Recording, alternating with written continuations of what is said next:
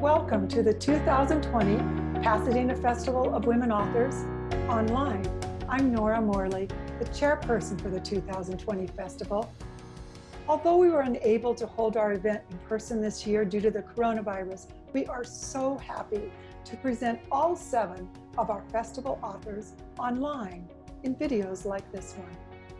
Our mission is to recognize the accomplishments of women authors, to advance community dialogue about literature, and to raise money for nonprofit literary programs. I want to thank the volunteers on our committee for all of their hard work. Since the first year in 2009, they have presented over 55 authors and have raised over $350,000 for grants to the community. With the proceeds of our 2019 event, we were able to make grants to the One City, One Story program at the Pasadena Public Library, the Pasadena City College Writer-in-Residence, Visiting Writer, and Summer Creative Writing programs, the Pasadena Senior Center Masters in Learning program, the Penn America Emerging Voices Fellowship program, and Writer. The signature of our festival is that our authors tell us their personal story, the story of their journey as a writer and as a woman. First, our author will be introduced by a member of our author selection committee. Then the author will speak about her journey. And lastly, there will be a question and answer session. Before we go to our author stories, I would like to thank our sponsors for their generosity.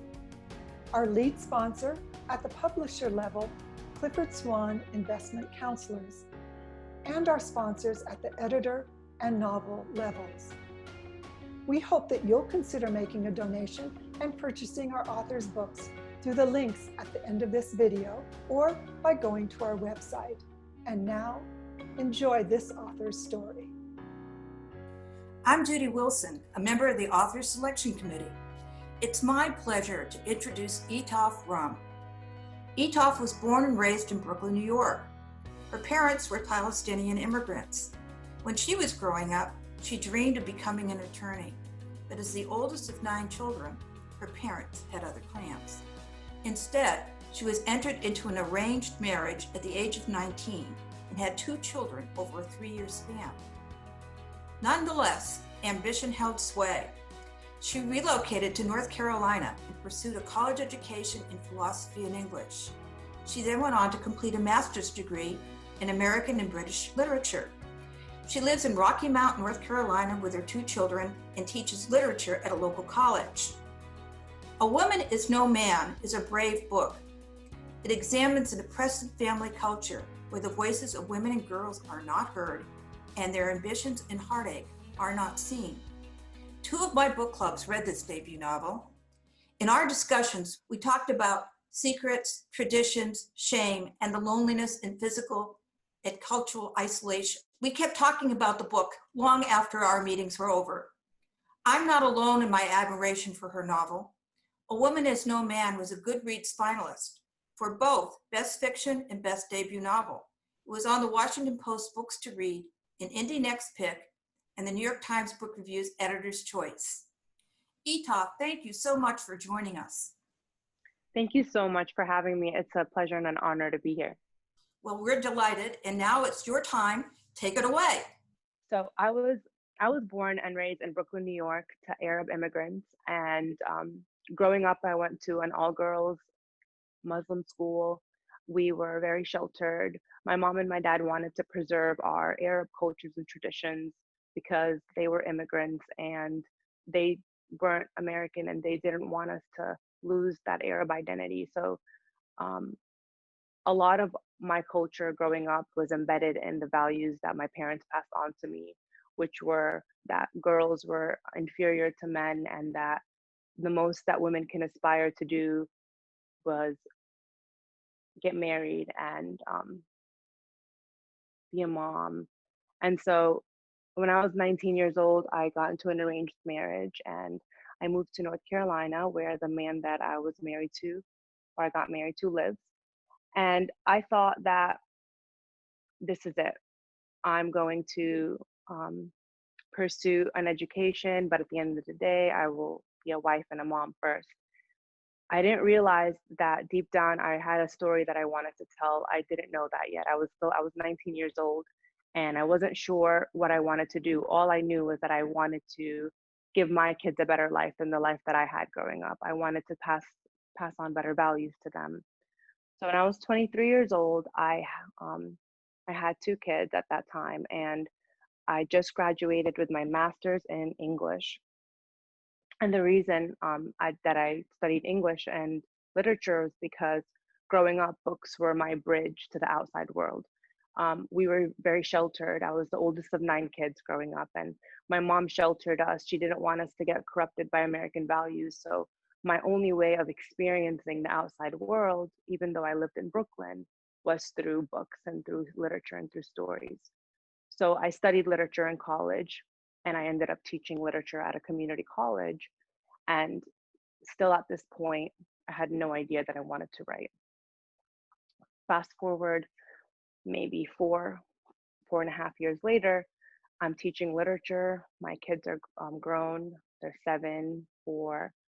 Um, I realize that most of the stories that I'm teaching in my literature class don't represent girls like me, don't represent minority women who are struggling, women who don't have a voice. And I started writing in my journal about certain experiences that I had growing up and certain women whose stories I felt needed to be told that weren't represented in the literature that I was teaching in my classrooms. And within a year, I had written the first draft of A Woman Is No Man. And at that point in my life, I knew that I was meant to write. And it was the strangest, most humbling experience that I've ever felt, knowing that there were so many women around me that whose stories needed to be told, and knowing that I had this responsibility, being an Arab American and having experienced those injustices myself. I felt like I had a duty and a responsibility to write that story. Etop, that was truly inspirational. I think your life story is impressive. Uh, you had 2 young children, and you were able to continue on with your college and your master's program. And then you wrote a book. It's wonderful. Thank you. Thank you so much. Now we have some questions from our audience. Okay, our first question is from Liz. I'm Liz White, and I'm a member of the Author Selection Committee for the Pasadena Festival of Women Authors. My question for you is, how did your experiences influence your story? Thank you, Liz. That's a great question. My experiences greatly influenced my story. If it wasn't for my experiences as an Arab American, I would not have had the insight and the authenticity to tell such a vulnerable story. As an Arab American, I grew up in a household where I had firsthand witness to the strict culture of the Palestinian world. And also, I saw the great parts of being Palestinian, like the delicious food and the hospitality when you come into someone's house and the festivities. And then in some families, I was also able to witness some dark parts of the culture. And everyone has dark parts of the culture, whether you're Palestinian, whether you're Southern, whether you're Mexican, whether you're white. It's a universal thing to have culture that is both good and bad. And I think that being Palestinian enabled me to write a story about Palestinians in a way that I think was authentic and true to both the beautiful parts of the culture and the not so beautiful parts of it. And I specifically, I want to talk about the title itself. I mean, the title, A Woman Is No Man, speaks directly to the theme of the novel, which is gender roles in a lot of cultures that favor men over women. Because of my upbringing in a strict Arab household, and because I was sheltered by parents who were ultimately looking out for my best interest by not allowing me to become American, I guess. But it gave me a view of the world that is un-American. So as someone who is American but has an un-American view of the world, I think that really gives me an insight into both Arab and American culture, and I think that influenced the way that I wrote this novel. Mhm, mhm. Thank you very much, Etaf. Okay, our next question comes from Grace. Hi, I'm Grace. I am a Right Girl alumni. And my question is, since you were talking about how when you were teaching literature, there you weren't hearing enough voices that sounded like yours, are the voices of women and girls being heard now from the Palestinian and American community? Thank you, Grace. That's such a great question. I think we are privileged to be part of a society now with the influence of social media, the Me Too movement, Black Lives Matter. People are not afraid to speak up about injustices that are happening all around the world. And I think that's very true for the Palestinian community. I think girls now know that people are being held accountable for their actions in a way that wasn't necessarily happening in the time that I set A Woman Is No Man. I set this novel in the year 1990. And so it's such a different world now than it was back then, than it was when, when my mom was getting married, let's say. And that's the time that I had set that novel on my mom's generation and her mom's generation. So I feel like we, as Palestinians and as women all around the world now, are closer to getting our rights and our voices heard. If you feel comfortable answering this, I was wondering if there, what work remains to be done between when your book was set and now, and moving forward as far as getting more voices heard? I think that we have to believe women. I think that's the number one thing that needs to be done in all communities. There's this idea that women have to constantly fight to be believed, for their stories to be not just heard but just believed. And in our community, women can't just tell their stories. They need to defend themselves. They need to be educated. So I believe in educating our women, all women across all cultures, because if a woman is not educated, then she doesn't have the power to protect herself, and she doesn't have the power to tell her story. And so that's what we can do for our daughters, for our sisters, for our mothers, is educate them. Thank you so much. Laura, you have a question for us? Hi, yes, thank you. So I'm Laura. I'm a graduate student and I'm a Right Girl alum. When you were talking, I was getting choked up because you were talking about the responsibility of writing for minority women, and as an aspiring writer, I think that just really hit all the boxes for me. But my question for you is, what feedback have you received from the Palestinian American community in regards to your book? I think there's a great responsibility being a minority writer, in that there aren't many minority women telling minority stories authentically. So there is this burden on minority writers to tell the story straight, to not confirm stereotypes, to make sure that we are not further victimizing and oppressing our women in the stories that we tell. So while I've had so much positive feedback from Palestinian women who are so glad to hear their stories, who are able to better understand their mothers, their grandmothers, who are better able to teach their daughters what path to go on and how to view the world, I've gotten equal criticism from some Palestinian community members about the way that my story can be used to further stereotypes about the Arab world and about Arab women.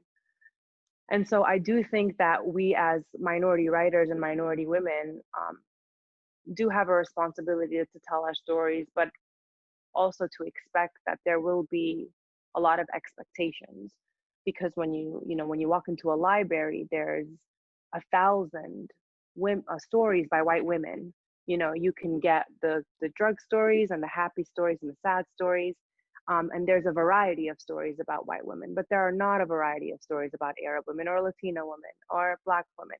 And so it's hard for us to paint a varied picture of what it means to be X culture.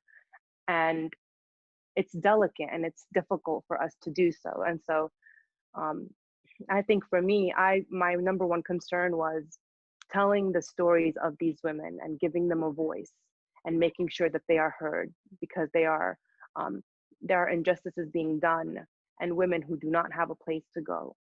And I knew that in doing so, I would perhaps further stereotype some Arab misconceptions about like oppression, and I would add to the anti-Arab, anti-Islam media things that are happening out there.